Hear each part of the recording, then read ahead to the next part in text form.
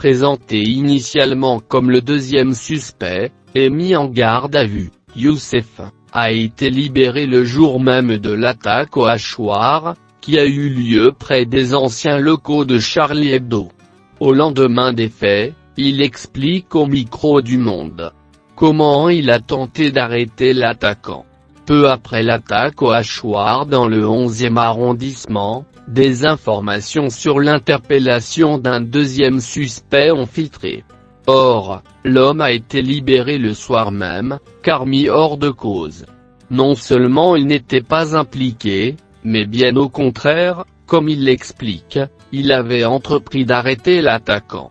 Dans son entretien accordé au Monde, Youssef, âgé d'une trentaine d'années, explique ainsi qu'il s'apprêtait à monter dans sa voiture, non loin des lieux du drame, lorsqu'il a entendu des cris. Laissant son véhicule, il a alors remarqué un homme qui s'enfuyait en direction du métro, et s'est lancé à sa poursuite. Le témoin dit ensuite avoir vu l'auteur principal de l'attaque jeter son hachoir, qu'il décrit comme un grand couteau, avant de s'engouffrer dans le métro. Youssef l'a rattrapé sur le quai, mais l'homme a sorti un cutter dont il l'a menacé. Il m'a dit quelque chose, mais je n'ai rien compris. Je crois qu'il ne parlait pas le français. Il était étonnamment calme. C'est comme s'il attendait tranquillement le métro.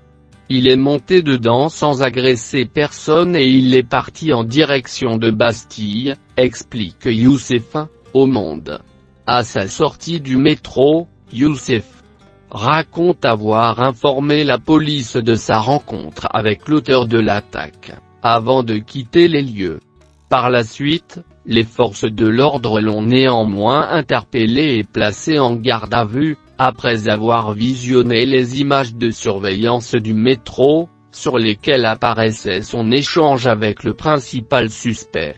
Le jeune homme a par la suite été conduit dans les locaux de la police judiciaire, avant d'être libéré suite à l'arrestation de l'auteur des faits.